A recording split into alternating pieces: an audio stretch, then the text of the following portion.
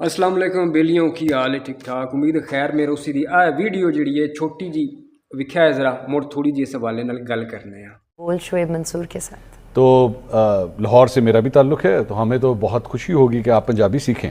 बिल्कुल सीखूं? हाँ हाँ हमें अच्छा लगेगा कि आप प्रॉपर पंजाबी बोलना, वैसे रियल लाइफ में भी बोलना शुरू करें। वैसे पंजाबी की एक बात है, क्या?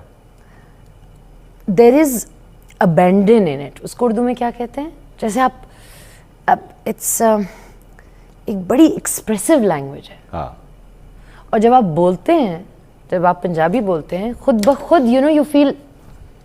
मेरे जहन में ना पंजाबी के, चूँकि आपने पंजाबी के बारे में बात कह दी है, हमारे पंजाबी के बारे में कहते हैं कि पंजाबी की जो गाली होती है ना, वो हर मोड में इस्तेमाल हो सकती है। वो एक ही गाली गुस्से में भी इस्तेमाल हो सकती है, खुशी में भी इस्तेमाल हो सकती है, शौक में भी इस्तेमाल हो सकती है। मतलब ये लैंग्वेज है इस किस्म की। I don't know this is good thing और a bad thing. It's an amazing.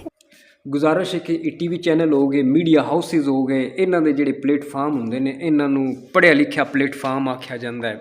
ज़रा इंटलैक्चुअल लोग इहदे उत्ते बनदे ने और इन्हां दी गलबात नूं लोग संजीदगी दे नाल समझदे ने और उहनूं अथेंटिक भी समझदे ने।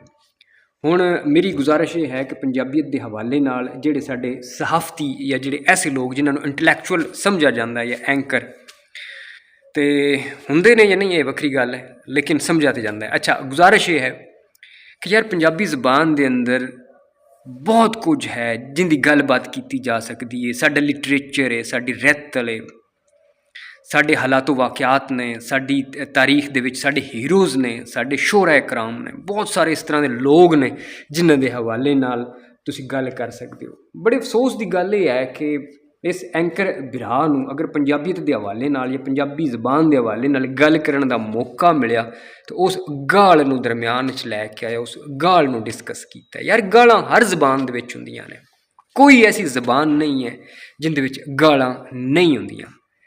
तो मेरी गुजारिश ये है कि यार जदों किसी भी ज़बान के हवाले नाल गलबात करो, बेशक सिंधी ज़बान की गल करो, पश्तो की गल करो, किसी भी ज़बान की गल करो, तो उहदे विच यार उन्हां दे पॉजिटिव ऐसियां चीज़ां का जिक्र करो कि यार वो ज़बान की इज्जत जिहड़ी है ऑलरेडी अल्लाह उन्होंने इज्जत दित्ती हुंदी है, तो उहदे विच तुसीं भी अपना हिस्सा पाने की कोशिश करो, उसका एहतराम करके उस विच काबिल एहतराम पॉइंट्स जिहड़े ने उन्होंने डिस्कस करो।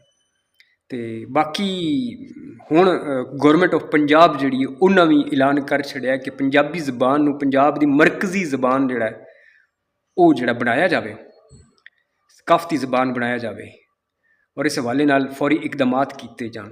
मैं आना कि ये बड़ी चंगी गल है और इहदे उत्ते अमल भी होना चाहिए और इहदे पिछे पंजाबी कौम के जिहड़े कुछ सेवक ने उन्हां दियां बड़ियां लम्मियां उन्हां दियां कोशिशां ने, उन्हां दियां मेहनतां ने। अल्लाह ताला उन्हां सारियां नूं सलामत आबाद रखे और फिलहाल इसनूं कोशिशां नूं रोकण की जरूरत कोई नहीं कि फिलहाल अजे तक गल्लां बातां की हद तक अहकामात जारी होए ने, अमली तौर पर जो नज़र उसन फिर पता लग सीदा ये मंजिल जिहड़ी है एक वाह अगां है, अजे मंजिल जिहड़ी है उहदे तक असीं अपने नहीं। लिहाजा अपनी कोशिशां नूं जारी और सारी रखो और जागते रहो, क्योंकि इत्थे पंजाब के अंदर बहुत सारे इंज दे भी मामलात हैं कि लोग साजिशां करते पे ने, प्रोपोगंडे बनाते पे ने। अल्लाह ताला पंजाबियां नूं और साडे मुल्क पाकिस्तान नूं और पाकिस्तान विच वसण वाले हर बंदे नूं सलामत आबाद रखे।